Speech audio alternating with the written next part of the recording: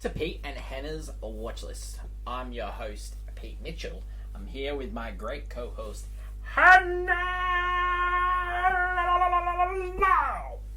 Hello, people. Hannah, we're here today for What's Next, the show where we help you figure out what to watch next. On today's show, Furiosa. Yes, sir. And also, I'm going to tell you about Atlas, new Jennifer Lopez Netflix movie. But before we begin, let us tell the viewers and the listeners what they should do. Pretty please leave a like and subscribe to the channel. Leave a comment down below any of your feedback, your favourite movie so far this year. Yeah, let us know. Hit the notification button and you'll get great content like this one, including we interrupt a regular program where I recap the series finale of The Sympathizer. Mm-hmm. We also have a great show called AFI Top 100 where we recap the 25 movies we watched so far and we name some controversial picks. Yeah. This is number one. We'll continue two, to be controversial as it goes on. That's what we do. Hannah, 2024 championship belt holder. We're going through the years at the moment. We had a real tough one this week, 1995. Yeah. So we're coming through a tough stretch. This is like the family classics, the stuff I grew up on, the stuff you grew up on. Yeah. I was raised on some of these, and then when I say I haven't seen it, I get told off. And but so you're like, yeah. So what's your 2024 one? My 2024 belt holder is Challenges. And mine is Civil War. Still is. Love that movie. Yeah. Yeah, we should see that again in the movies if we can. It's very hard. Yeah.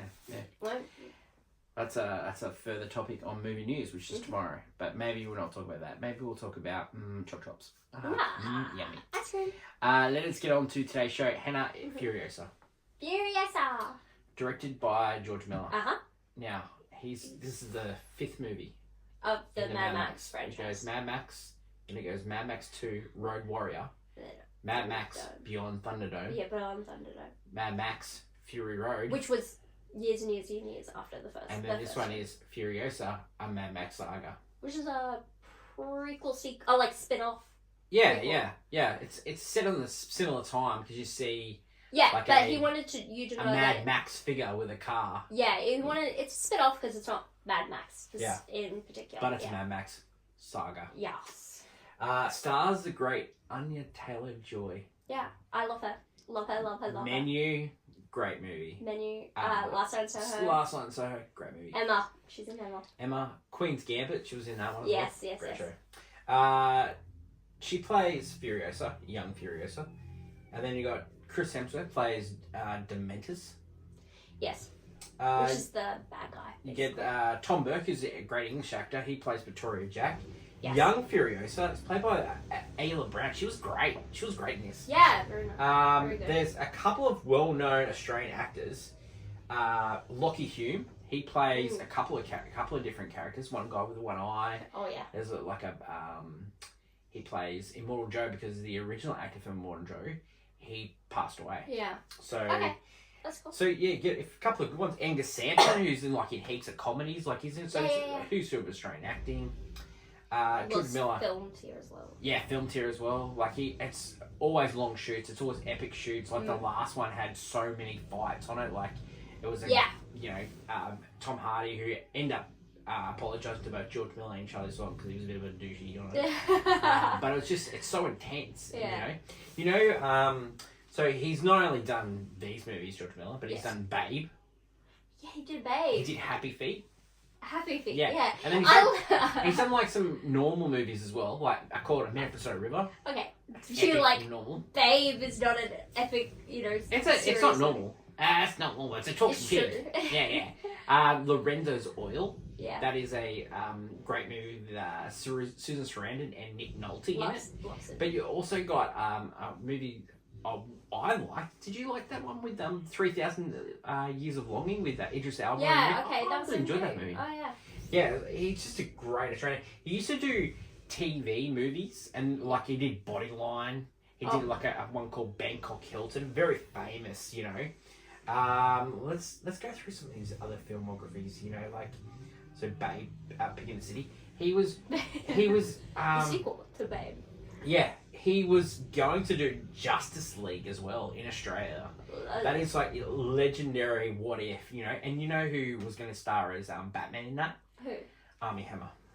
That well, that doesn't age well. Sometimes it doesn't work out, does it? Yeah. So yeah, Witches of Eastwick starred Jack Nicholson, Michelle Pfeiffer, Cher, Susan Sarandon. He directed a bit of the Twilight Zone movie. Yeah, a couple of the other TV shows that he did was The Dismissal, which was about a Prime Minister of Australia getting dismissed. Just what a epic guy, you know. He's definitely when you give the title visionary director. Yeah, it works with him because he has done almost something from every genre, really. You could say. You know, he's nearly 80. Yeah. Yeah, he's... Wow, and he did... Yeah, okay, that's great. So, and he's still doing this stuff, you know? Like, that's the same. Amazing. There's a lot of older directors who are still working on movies, and sometimes you get still kicking. And like he wrote this one, and he also wrote it with his friend Nick Lathoris. Yes. And he writes all his own stuff. He directs all his stuff. Like he has a definite visual eye. Yes. He likes the practical effects, but he doesn't mind using CGI. Like he created a talking pig, so he doesn't mind. He doesn't mind using CGI. Yeah. And he's sort of at the cutting edge of that stuff in Australia. Yeah, but he also wants to keep it as practical effects as he can. Okay, so let's talk about the movie itself. So it's set as a prequel to Fury Road. Yep. And we find out what happens to Furiosa. She's living an idyllic life. It's an origin story. Yeah, and it's, hanging out with her sister. She gets taken by marauders, taking her back to Dementors. Yes. And then her mum knows that she has to get her back, and she has to, kill pretty much everyone so no one knows that place exists, because the world has all fallen apart. If anyone hasn't seen him in Mad Max, and I just want to say to people, you don't have to see this movie. You don't have to see the other movies to see this movie. It's in its own world. I've never seen any of these movies, and they go through like pretty much what happened in the world. The world fell apart through nuclear war. Famines and droughts, and so there's basically three places. There's the Citadel, there's Gastown, and there's Bullet Town, and it's controlled by the family. Yeah, they have and they all kind of resource management of each place. Yeah, it's Mortal Joe's family runs the other places as well, brothers and stuff, and Dementors, he wants a part of that game. Yeah. And he's got Furiosa, who is her bones are strong because a lot of people, because of inbreeding and things that have gone wrong, their bones become weak and then they die early. But she's got strong bones, so she's like a good breeder. So she gets swapped in between two, and she gets Dementors gets his part of the he gets gassed out basically. And then it works out that Furiosa has to take revenge on Dementors, and we find what that happens. Yeah, she learns the ropes of being a driver and all that stuff like that. Yeah. Basically, there's 4 set pieces of this film, and then there's all little things that work around it. The first set piece is with her mum and Dementors, which is fantastic. That's a really good scene at the start. Then you get the second set piece is when Dementors tries to take on to get Gastown. Mm-hmm. Then you get the big rig played by Tom Burke, Pretoria Jack, and she's learning that. And then you get the end where Furiosa goes for revenge against Dementors. Yeah, so it's amazing the way they do it. Really amazing moments in the movie. Yeah, you get great stunts. You get a lot of people did not like the CGI in the trailer, but I thought the CGI held up really well. It's the same. It's the same as the CGI. Kind of people were kind of against it when they saw the Kingdom of the Apes trailer. Mm-hmm. I think it must be how it's rendered in a trailer, because by the time the movie comes out, it works. Yeah, they might be getting an early cut before it's finished. And so, but when you see the movie, both Kingdom of the Planets and this, the CGI isn't that bad. Yeah. Almost not noticeable. It's great. And especially for this movie, because there's a lot more practical, maybe you notice a thing too, but it's not too bad. It works for the film. Because I feel like this film has a lot of I don't know, like a lot of cartoonish vibes to it. Yeah. Like, especially, he's, the idea of the story and stuff, it's a revenge plot. Yeah. With, like, a figure who is supposed to be, like, this, like, he uses a lot of, like, crosses and holy, like, trying to, like, she's, like, this, part of the wasteland. She's, you know, this, like, I don't know, like a Jesus figure, like, trying to get into it. She's, like, a chosen one. Yeah. They're able to get through all of this and to survive, you know. She's, there's a little bit of, like, Waterworld vibes to this. She's, like, putting herself, like, a tattoo, like, as a map, you know? And then, but, like, George Miller's movies haven't got great scripts to them, but they're, like, he designs these movies like on storyboards, and you can really tell that they're like like really movies really visually stunning. This movie isn't about the dialogue. No, it's like, more so. I think she has like 30 lines of dialogue in the whole movie. And it's not, like she spends most of the movie. But like, I thought she was really good in this. No, she's incredible. Like you think, she has played like dainty characters in a way. But this is like fully action, and it's incredible to see it happen. I thought Chris Hemsworth, like, he's normally hit and miss for me, but he was fantastic. So a lot of people saying it's his best work. It is his best work. I wouldn't be surprised if he gets nominated for an Oscar here. Yeah. He's really good in this movie. He plays such a great villain. Like, it really is crazy. Yeah. It's very Oscar villain, but it's wonderful. He, like, for a movie that's called Furiosa, he steals the show in this movie. Yeah. No, but I think Furiosa is pretty She comes good at the end, but, like, there's a lot of period where this movie, he controls the whole thing. Well, you need that. Cause for sure. You need a strong villain. You need a strong villain. Like, every hero believes, like, the villain's usually stronger. Any negatives for this movie, Hen? My negative would be just, like, at the end, I feel like they like to... right at the end, they try to get you right into, like, it is definitely, like, the next bit. You should watch Mad Max Fury Road. Yeah. And, I don't know, that feels it cheapens the fact that this was this one sad, beautiful spin-off story about this character, and then I was like, you don't need to, I know it goes into Fury Road, but, like, you don't need to show me. There's like a golden rule in cinema. You don't show a better movie in your movie. Yeah, and a lot of people, like, you know, you go Fury Road, that some people are calling it, it's perfect. Yeah, it's a perfect movie. You don't, and Furiosa isn't perfect, but I'm not going to deny that this is not a great movie. Like, some of the movies we've had this year, like, it's right up there. It'd be top 5 movies we've seen this year. It's incredible. This was almost my championship up until the point at the end. Yeah, wow. It literally was. You are an Anya Taylor-Joy girl. I am in it, because I was like, I love her so much. But also, I just loved how the story, how her... Basically, it's a revenge story. I love those. Yeah. Strong women. Love them. But just the way everything would like come back at her. Like, she knew, like, it was her against the world, and she didn't let herself to ever be dragged down or like start weeping or anything. Like, and there are moments she could have left, but she wouldn't have made it back home, and she could have put it in danger. So she chooses to stay basically in the wastelands and be this figure of power, because she can do anything. Well, she's pretty awesome. Another thing that doesn't work for me is it does go for 2 hours and 28 minutes. I reckon there's at least 30 minutes where you could cut from here. Some of the start, I was feeling that because they spent a lot on young kid Furiosa. Yeah. Before you like halfway through the movie, it jumps to Anya Taylor-Joy. You didn't even know it. Yeah. It's crazy. I think there's a little bit of that, but I think there's a little bit of the Anya Taylor-Joy and Pretoria Jack stuff that they could have cut out. I loved it. Don't you touch it. I loved it. Yeah.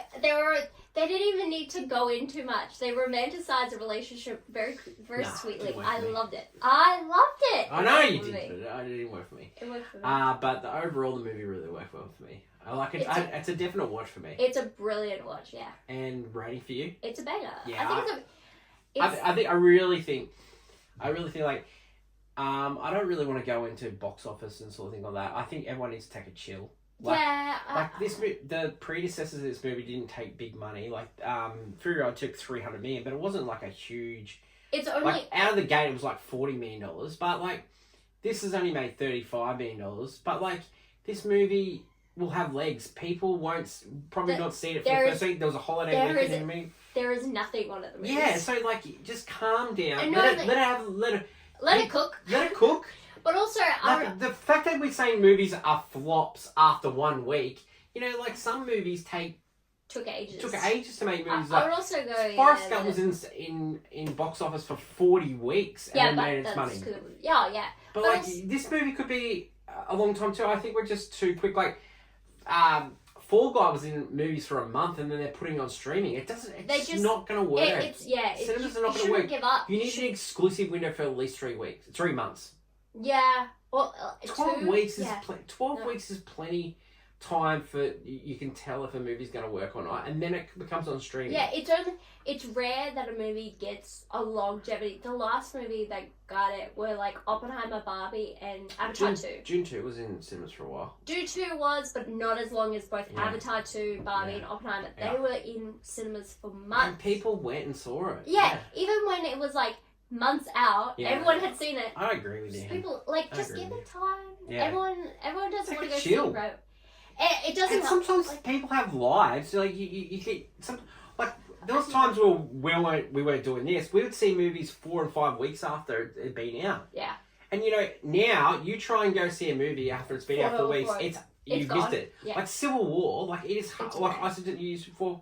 I wish you go see Civil War, but like it's been out 8 weeks. Like you're not going to get. No. You're probably going to get a good cinema viewing for that. No. So. That's Furiosa. Next movie we're going to talk about is Atlas, which is now streaming on Netflix. It is a Jennifer Lopez movie. Now, this movie's directed by... Movie or vehicle? This movie's directed by Brad Payton. Now, really? Brad Payton, he directed Rampage and San Andreas for The Rock. Really? Yeah, okay, so she wanted The Rock treatment. Yeah, That's what I'm hearing. Yeah, and then the guy... who wrote it, Aaron, what's his name? Aaron Elliott Colin. Yeah. He did the Spiderwick Chronicles. Oh, okay. So so this is like, you know, they tried to put. So it stars Jennifer Lopez, stars Simeon Liu, Sterling K. Brown.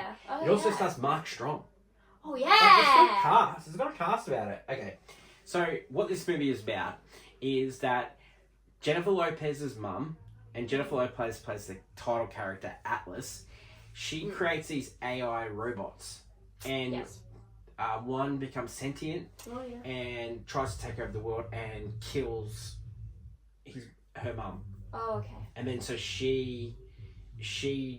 Atlas seeks revenge on this robot, and she's the only one that can read into him. So she's So this robot's trying to take over the world, and then he gets sent to another planet to work his way back to Earth because he's getting attacked. So then she has to she interrogates other AI robots to try and work out which planet he is on. She becomes the Blade. Yeah, and then she's always wanted to be a ranger, but she's been kicked out of the ranger program because she's ranger. You say space ranger. Yeah.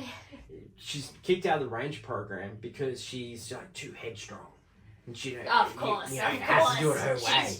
She's against. Oh my gosh. And then they have these like big robots they fight in, and then there's like a little AI thing that talks to her through the whole thing. It's like gives a lot of Terminator 2 vibes because she's teaching him like sarcasm and you know. Okay. Yeah. Great cast. Like Sterling K. Brown is completely wasted in this movie. Mark Strong is definitely not in it enough. Simeon Liu is a terrible bad guy. He does play. Who is a bad guy? Yeah, he plays a robot, and look, it's so creepy. This robot, it's really creepy. Like it's creepy as in fake creepy. Oh, okay. Yeah, so he gives a lot of Terminator 2 Robert Patrick vibes, but Robert Patrick way better bad guy because he didn't talk. Yeah. You know, I think the key is not. Yeah, to talk. yeah. He talked too much, you know. Jennifer Lopez is pretty good in it. It's definitely like her vehicle. She's in this movie a whole lot with just a talking robot. And so, like, for a long stretch of this movie, it goes for over 2 hours. It's way too long. It's a definite miss for me, but people will love it. It's #1 movie in Netflix. It'll probably be one of the biggest movies of the year. as you were saying, like all the elements of this movie, this would have been like an 80s classic. Yeah. It has all the elements. The movie that she did last year for Netflix, Mother, #1 streaming movie last year. It's look. People love Jennifer. Even though she creates like funny like controversy, it really is. It's like Jennifer Lopez. Yeah, people love her. You can't. Even though she thinks she's the biggest star in the world, people love it. But for me, it is. I played on my phone, and it's a miss, and it is currently streaming on Netflix. Hannah, you'll probably never watch it, so yeah, I'm good. What you said, not enough Markstrom. It gives a lot of Spy Kids vibes. You know when that Spy Kids where they go and they fight on those off planets and there's like lava and stuff like that. Like Shark Boy Lava Girl gives a lot of that. Shark Boy Lava Girl. Just the fakeness of the scenery. Okay. Well, it's really. They are in a dream world. Well, this is not a dream world. This is supposed to be reality, so it probably doesn't work. That is it for today's show. Next week, we're going to look at Garfield. Oh, me wow. But we'll preview that on tomorrow's episode of Movie News. Yep. We're also going to look at the cinema experience. We've already done cinema seats and cinema popcorn. This week, it's cinema choc tops. Aha.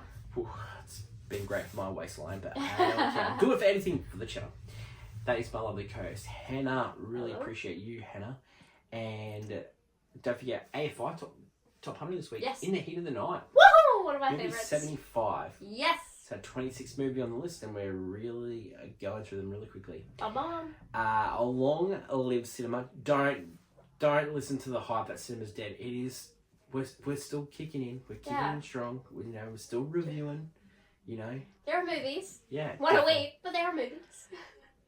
Long live cinema. And it's